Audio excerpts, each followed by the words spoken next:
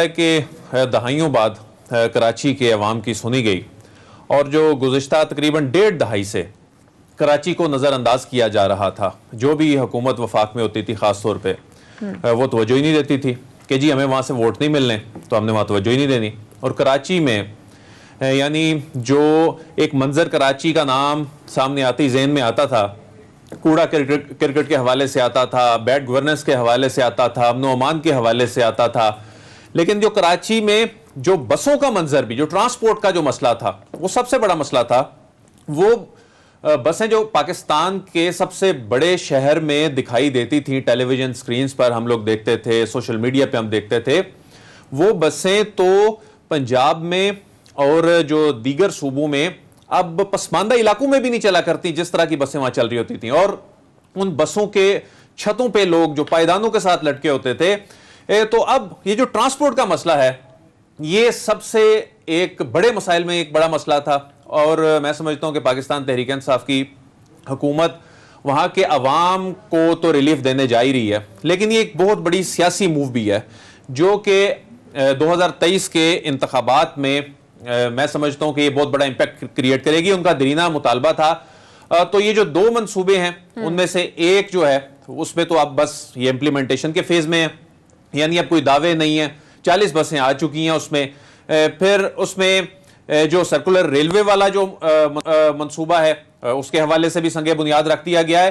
तो कराची के अवाम की यानी सुनी गई। यानी अब ये कहा जा सकता है, एक तो पाकिस्तान तहरीक इंसाफ को ये एडवांटेज है वहां पर कि ये अपने MNAs के जरिए ये इन फंड्स की बेहतरीन अंदाज में वहां यूटिलाइजेशन करवा सकते हैं। तो अब आने वाले दिनों में अच्छा, अभी रिसेंटली एक और भी डेवलपमेंट हुई है कराची में, जो क्राइम के इंडेक्स के हवाले से जो इंटरनेशनल सिक्योरिटी इंडेक्स है उसमें भी बड़ी बेहतरी आई है। यानी जो इंटरनेशनल ये जो इंडेक्स जारी किया गया है अब इसका और लंदन का जो इंडेक्स है वो बिल्कुल करीब करीब पहुंच गए। यानी उससे अगला नंबर जो है वो बरतानिया का है। तो ये जो क्राइम रेट के हवाले से, ये जो क्राइम रेट वहां पर गिरा है, अगर हम 2014 की निस्बत, यानी 2014 में 50 था ये इंडेक्स और अब हम 50 नंबर पे हैं। तो इसके बाद इससे अगला जो इंडेक्स का जो नंबर है वो लंदन का है। तो इसका जो क्रेडिट है ये जो कानून नाफिज करने वाले इदारे हैं उन्हें भी जाता है। इसके अलावा हमारी जो मुसल्लह अफवाज हैं उनको जाता है, जो हमारी मुसल्लह अफवाज की जो क़यादत है उनको जाता है। और अमन अमान सबसे बड़ा मसला जो काफी हद तक एड्रेस हो रहा है, हो चुका है, इंडेक्स में बेहतरी आई है, दुनिया तस्लीम कर रही है। ट्रांसपोर्ट का मसला ये दूसरा बड़ा मसला था। और इसके अलावा जो वहां जो कूड़ा क्रिकेट का और ये जो मसाइल रह गए हैं, मेरा ख्याल है जिस तरह सुप्रीम कोर्ट ऑफ पाकिस्तान उसमें जो तजावुजात के हवाले से और जो नालों को वहां पर जो कब्जे हो चुके थे उसके हवाले से जो कर रही है, तो कराची के अवाम के लिए मेरा ख्याल है आने वाले जो दिन हैं वो बेहतरी के दिन हैं और उनमें उनको रिलीफ मिलता नजर आ रहा है। ठीक है सदीक, लेकिन इस तमाम मामले पर पहले जिस तरह से एक जंग चल रही थी, कराची ट्रांसफॉर्मेशन प्लान का भी आगाज किया गया, लेकिन उस तरीके से इंप्लीमेंटेशन नहीं हो सकी। आज वजीर आजम ने फिर ये कहा है कि एक शहर ऐसा होता है पूरी दुनिया में जो पूरे मुल्क को चला रहा होता है, जिस सिटी का, जिस कंट्री का वो शहर होता है, सिटी होती है। कराची हमारे यहाँ उस चीज का रोल प्ले कर रहा है। लेकिन साथ साथ उन्होंने सिंध हुकूमत को भी ये कहा है कि चले आए मिलकर मुल्क की खातिर काम करते हैं, ये पेशकश की है। इस पेशकश को आप कितना अहम समझ रहे हैं? देखिए, हमारी ये बहुत इंपॉर्टेंट है। उसकी रीज़न ये है कि वैसे तो जब वफाक और सिंध आमने सामने होते हैं तो हमें तो बहुत फ़ायदा होता है, मीडिया वालों को, ज़ाहिर है हम उस पर बहस करते हैं, बात करते हैं, रेटिंग ज़्यादा आती है। लेकिन सच्ची बात यह है कि पाकिस्तान का फ़ायदा इसी में है कि वफाक और सिंध मिलकर काम करें। देखें, अभी या तो ऑप्शन हो ना कि आप गवर्नर राज लगा सकें, वो नहीं लगा सकें, या तो ऑप्शन हो कि आप सिंध में जाके खुद को बहुत ज़्यादा काम कर सकें, नहीं कर सकते। 18वीं तरमीम के बाद तमाम चीज़ें सूबों के पास हैं, 90% चीज़ें सूबों के इख्तियार में। वफाक जो कर सकता है वो बहुत कम कर सकता है। लेकिन ये ज़रूर है मारिया कि कराची सर्कुलर रेलवे हो या ये ग्रीन लाइन जो बस मंसूबा है, देखें इसमें मुशर्रफ साहब ने वादे कर सके, उसके बाद गिलानी साहब आए, उनका इक़्तिदार आया, गिलानी साहब नहीं कर सके। और ये भी याद रखें कि पीपल्स पार्टी 2008 से 2013 तक खुद वफाक में इक़्तिदार में थी, पीपल्स पार्टी नहीं कर सकी। नवाज शरीफ साहब 5 साल में नहीं कर सके। अगर ये किसी ने किया है तो ये क्रेडिट इमरान खान साहब को जाता है, उनकी हुकूमत को जाता है। और आप ये देखें मारिया कि जैसे अदील वड़ाई साहब ने कहा कि कराची जो पाकिस्तान का सबसे बड़ा शहर है, जो पाकिस्तान की मईशत में सबसे ज्यादा कंट्रीब्यूट करने वाला है, उसमें सबसे आखिर में आकर और ये एक इस तरह से पब्लिक ट्रांसपोर्ट का मंसूबा जो है वो शुरू किया गया।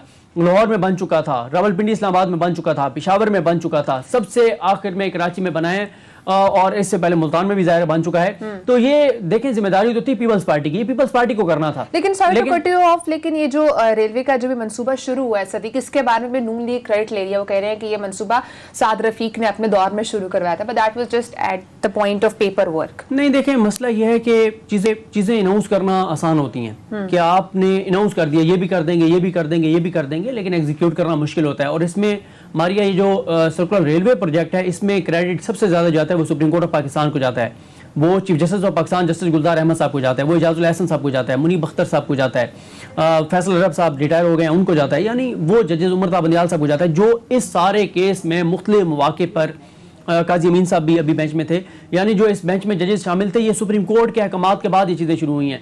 देखें मसला यह है कि सिंध हुकूमत ने बजाय इसके कि नए प्रोजेक्ट शुरू करते, बल्कि ये तो पुराने भी उन्होंने बंद कर दिए थे। देखें कराची में ये कितनी बदकिस्मती है कि जो आप बसें चलते हुए देखते हैं तो या ऐसा लगता है कि ये कोई 100 साल पीछे का कोई शहर है, यानी सबसे बड़े पाकिस्तान के शहर की ये सूरत हाल है। तो बहरहाल देर आए दुरुस्त आए, आखिर इमरान खान साहब ने वो कर दिखाया है जो कोई और नहीं कर सका।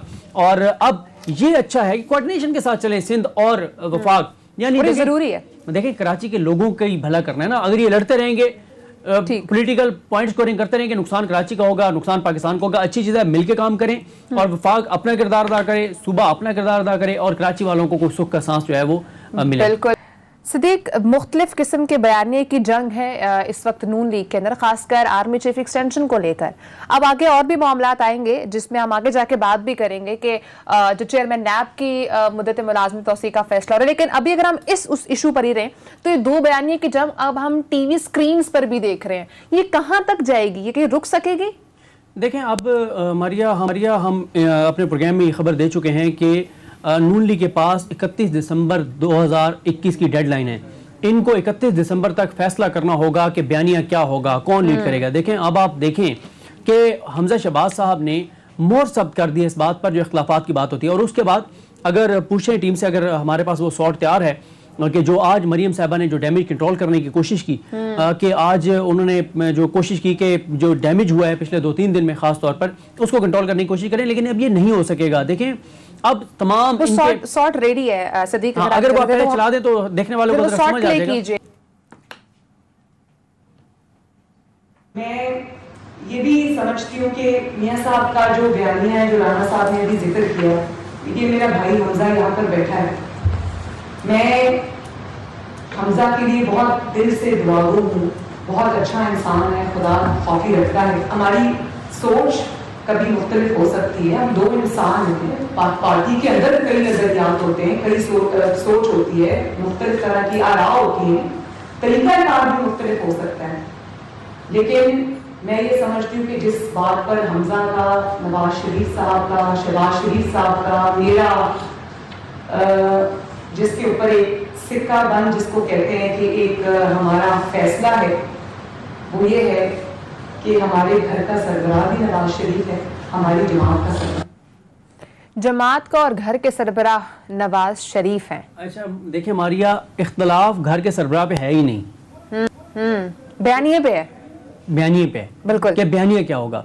देखें शहबाज शरीफ साहब के बारे में सब ये बात कहते हैं, हमेशा कहते हैं कि कभी भी वो अपने भाई से बगावत नहीं करेंगे, लेकिन यहाँ पर देखें बात है तरीकाकार की, बयानिए की। मुझे बताएं जब से शहबाज शरीफ साहब जेल से बाहर आए हैं, हमजा शहबाज आए हैं, एक बार बता दें कि दोनों ने पीडीएम का जो मौक़िफ़ है, जो बयानिया है, उसके ऊपर एक लफ्ज़ कहा हो, दोनों ने नवाज शरीफ के बयानिए पे को बात की हो, दोनों ने इदारों के खिलाफ को बात की हो, दोनों ने फौज की क़यादत पर बात की हो, दोनों ने मज़ामत की बात की हो। बल्कि आप देखें कि नून लीग में इख्तिलाफात की खबरें चलती रही, एक बार भी तरदीद नहीं की हमजा शहबाज साहब ने और शहबाज शरीफ साहब ने। और अब मारिया, अब इनको फैसला करना पड़ेगा। अगर ये फैसला नहीं करते तो मुस्लिम लीग नून के लिए शदीद मुश्किलात है। अच्छा एक बात और है, देखें मैं आपको एक बात बताऊं मारिया, देखने वालों को बेवकूफ़ बनाया जा सकता है कि जो टीवी देख रहे हैं उनको बेवकूफ़ा बना सकते हैं, कोशिश कर सकते हैं, क्योंकि मुमकिन नहीं है, लेकिन चलें ये समझ लें, फर्ज कर लें कि बंद कर सकते हैं। लेकिन जो सियासतदान है जिन्होंने इलेक्शन लड़ने हैं, वो बहुत ही